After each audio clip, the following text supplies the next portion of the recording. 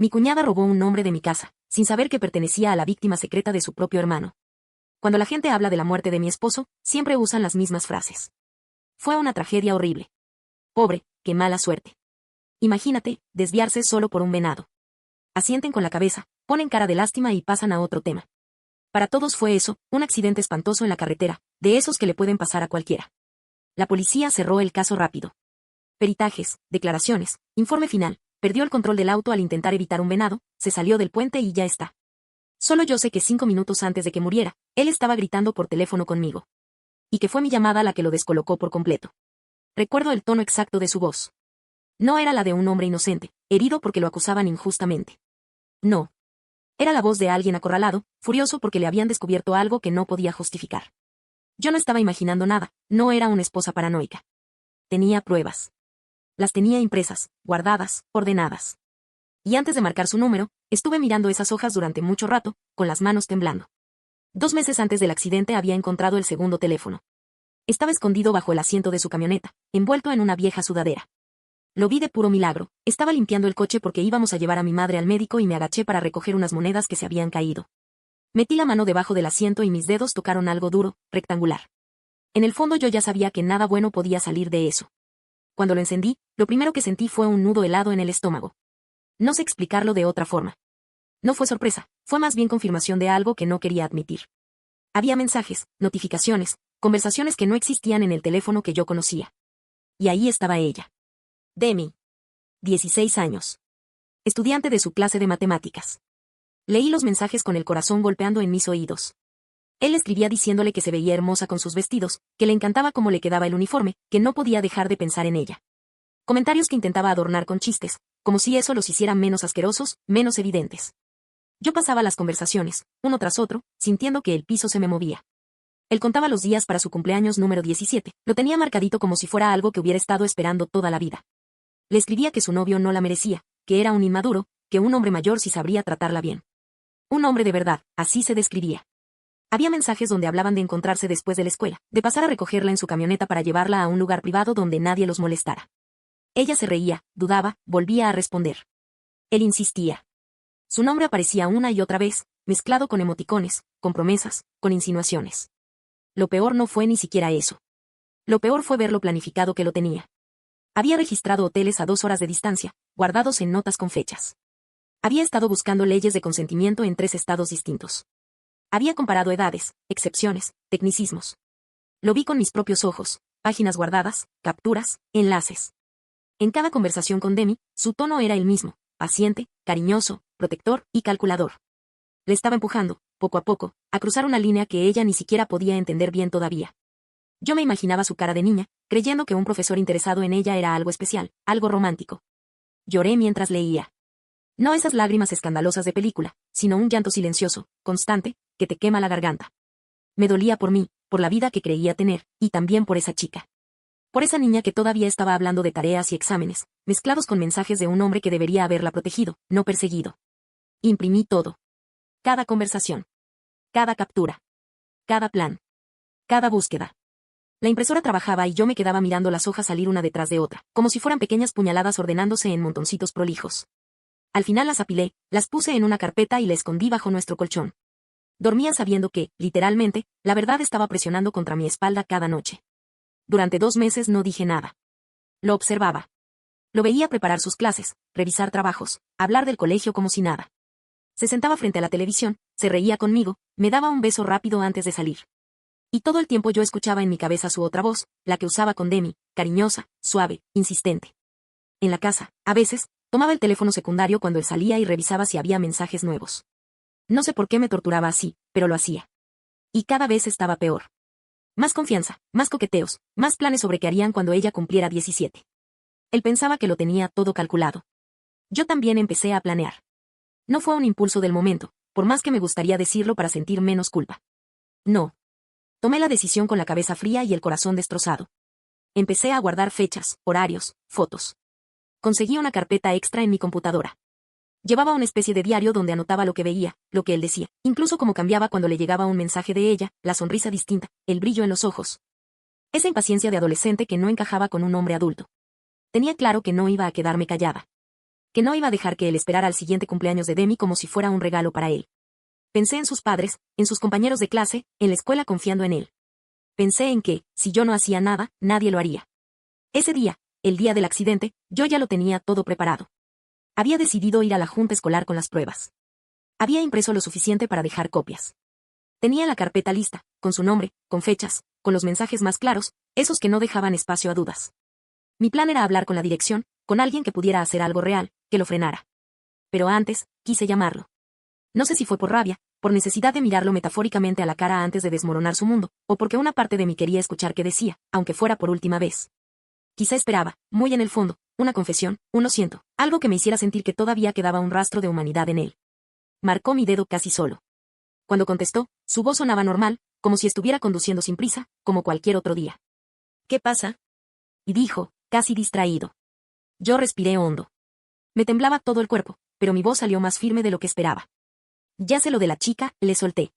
La estudiante. Tiene 16 años. Se llama Demi. Hubo silencio.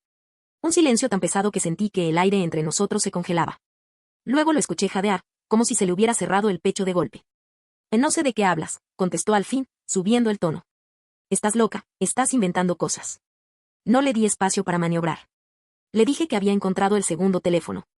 Que tenía las capturas de pantalla de todos los mensajes. Que había visto las reservas de hoteles, las búsquedas de leyes.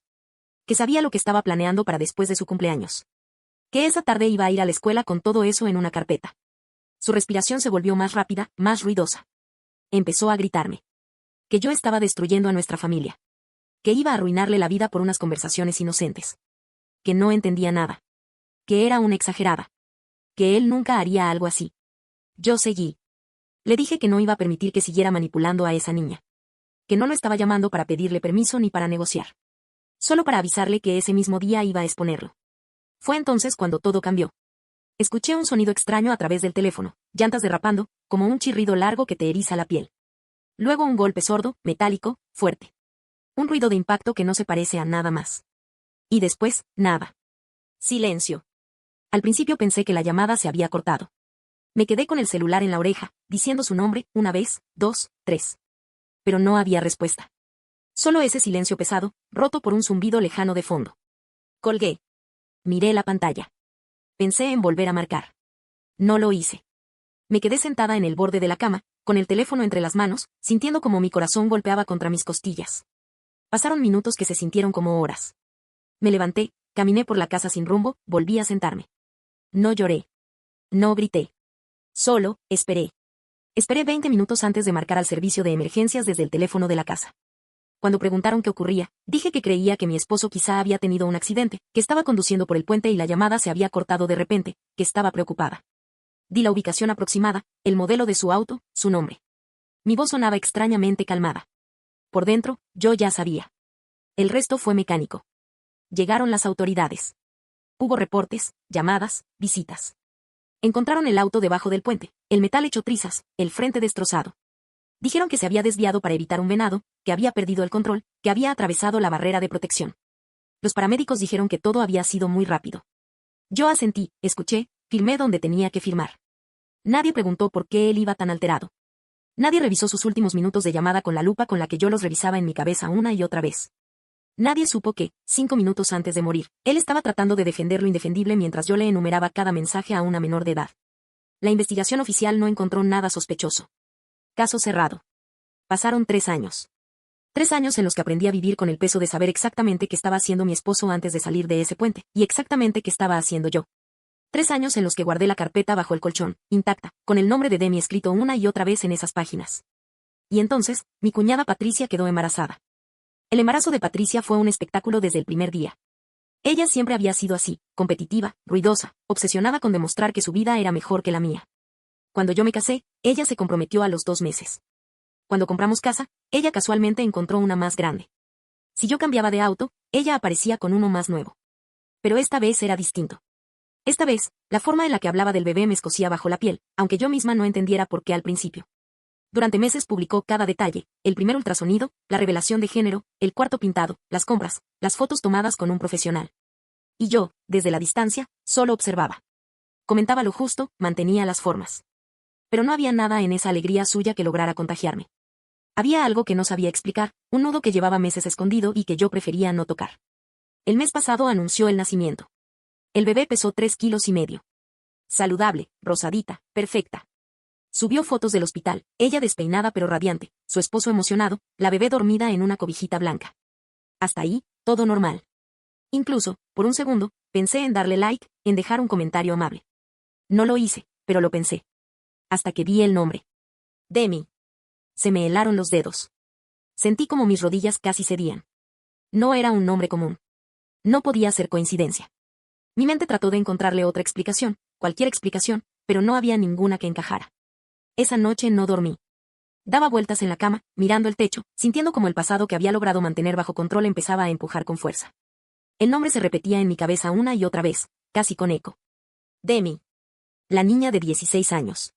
La que estuvo a punto de convertirse en algo más para mi esposo. La que llenaba páginas enteras en esa carpeta bajo mi colchón. A la mañana siguiente, Patricia me llamó. No contesté a la primera, pero insistió. Cuando por fin levanté el teléfono, lo primero que escuché fue su voz empapada de satisfacción, esa que sabía usar cuando quería hacerme sentir pequeña. ¿O adivina de dónde saqué el nombre? Me dijo, estirando la pregunta como si yo estuviera obligada a jugar su juego. Me quedé callada. Ella lo tomó como una invitación. ¿Te acuerdas cuando buscaba tu mantel en tu cocina la Navidad pasada? Continuó. Encontré un cuaderno en tu cajón. Tenías ese nombre garabateado por todas partes. Obvio estabas pensando en usarlo, pero bueno, lo usé yo primero. Se rió, esa risa aguda que siempre me ponía los pelos de punta. Considéralo venganza por creerte mejor que yo. Sentí que el aire se me atoraba en la garganta. Ese cuaderno no era un cuaderno cualquiera. No tenía nada que ver con bebés. No tenía nada que ver con un plan de maternidad, ni con una lista de nombres lindos, ni con sueños compartidos. Tenía que ver con pruebas. Con evidencia. Con la verdad que había destruido mi vida. Patricia, logré decir, con la voz apenas saliéndome. Ese nombre no era para un bebé. Hubo una pausa. Un silencio tenso, casi eléctrico. ¿O entonces para qué? Preguntó, todavía con tono burlón, aunque ya sin tanta firmeza. Tragué saliva. Mi pecho se movía rápido. Demi no era un nombre que yo estuviera considerando. Demi era el nombre de la chica que, mi voz tembló, que tu hermano estaba manipulando cuando murió. Ella no dijo nada. Ni un suspiro, ni un ruido. Nada. Y empecé a investigarlo, seguí. Guardé pruebas, fechas, mensajes. Ese cuaderno que viste era parte de la documentación. Su nombre estaba escrito porque estaba registrando todo. Mi corazón latía tan fuerte que casi me mareaba. Pero no podía parar. Después de 3 años guardándolo todo, esa verdad estaba saliendo, aunque no quisiera. Te estás mintiendo, soltó al fin, pero su voz ya no sonaba altiva. Estaba temblorosa, dudosa. Estás celosa. ¿Quieres arruinar esto para mí? Te voy a denunciar por difamación. Todavía tengo los mensajes, respondí con una calma que me sorprendió incluso a mí. Tenía un segundo teléfono. Ahí está todo. Ella se llamaba Demi. Y él la llamaba mi Demi en casi cada texto. Escuché cómo respiraba más rápido. Cómo tragaba saliva. Cómo intentaba mantener el control que claramente estaba perdiendo. El certificado de nacimiento ya está registrado, murmuró. Todos saben el nombre. Ya lo anunciamos. ¿Cómo se supone que? Revisaste mi casa, le recordé, sin subir el tono. Encontraste ese nombre y lo usaste para molestarme. Ni siquiera sabías lo que significaba. Ahora tu hija llevará ese nombre siempre. Cada cita médica. Cada formulario. Cada cumpleaños. Cada vez que lo escribas, vas a saber de quién era realmente. Patricia no respondió. Solo se escuchó su respiración, entrecortada, casi asfixiada. Y ahí, mientras apretaba el teléfono contra mi oído, entendí algo que no había querido admitir hasta ese momento.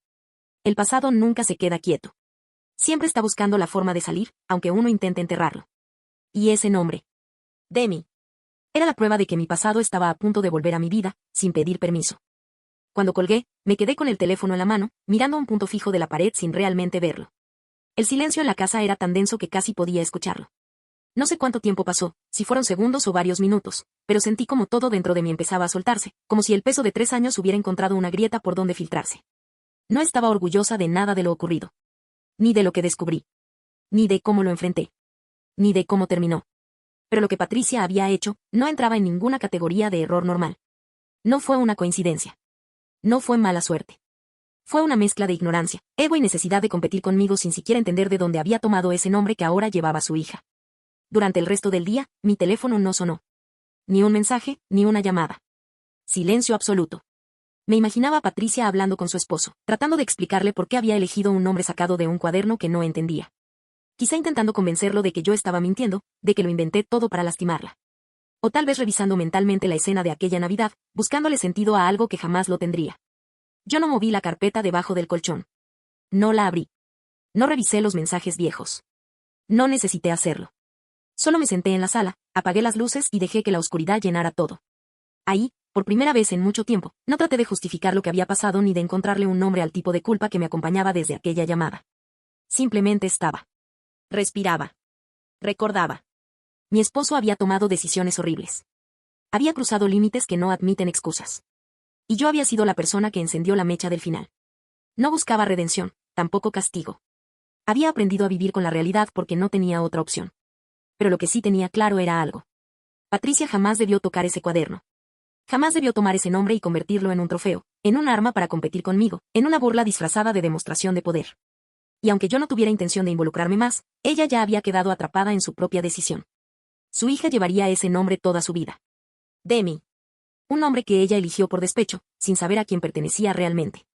Y ahora que lo sabía, ya no podía cambiarlo sin admitir ante todos por qué lo había hecho, de dónde había salido, qué significado tenía. Esa noche, mientras intentaba dormir, pensé en la niña. Pensé en lo injusto que era que cargara con una sombra que no le pertenecía. Pero también supe que no era mi responsabilidad enmendar nada. Yo no elegí ese nombre. Yo no lo puse. Yo no tomé el cuaderno ni lo convertí en algo que no era. A la mañana siguiente, mi teléfono seguía en silencio. No había mensajes de Patricia. No había amenazas legales. No había explicaciones. Nada. Y supe que ella había entendido. No porque me creyera completamente.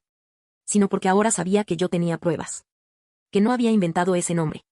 Que la historia de su hermano no era un rumor. Que si hablaba, si intentaba atacarme, si quería convertir esto en un escándalo, había una carpeta llena de documentos que nadie podría ignorar. De pronto, la distancia entre nosotras dejó de ser algo social y se convirtió en un vacío imposible de cruzar. Ya no éramos dos cuñadas con roces. Éramos dos personas unidas por un nombre que ella tomó sin comprender, y por un secreto que yo jamás pensé que volvería a salir a la luz. Y ahí lo entendí con más claridad que nunca. No importa cuánto tiempo pase. Hay verdades que nunca mueren. Solo esperan el momento exacto para recordarte que siguen ahí. No olvides dejar tu opinión en los comentarios, dejar tu like y compartir este video.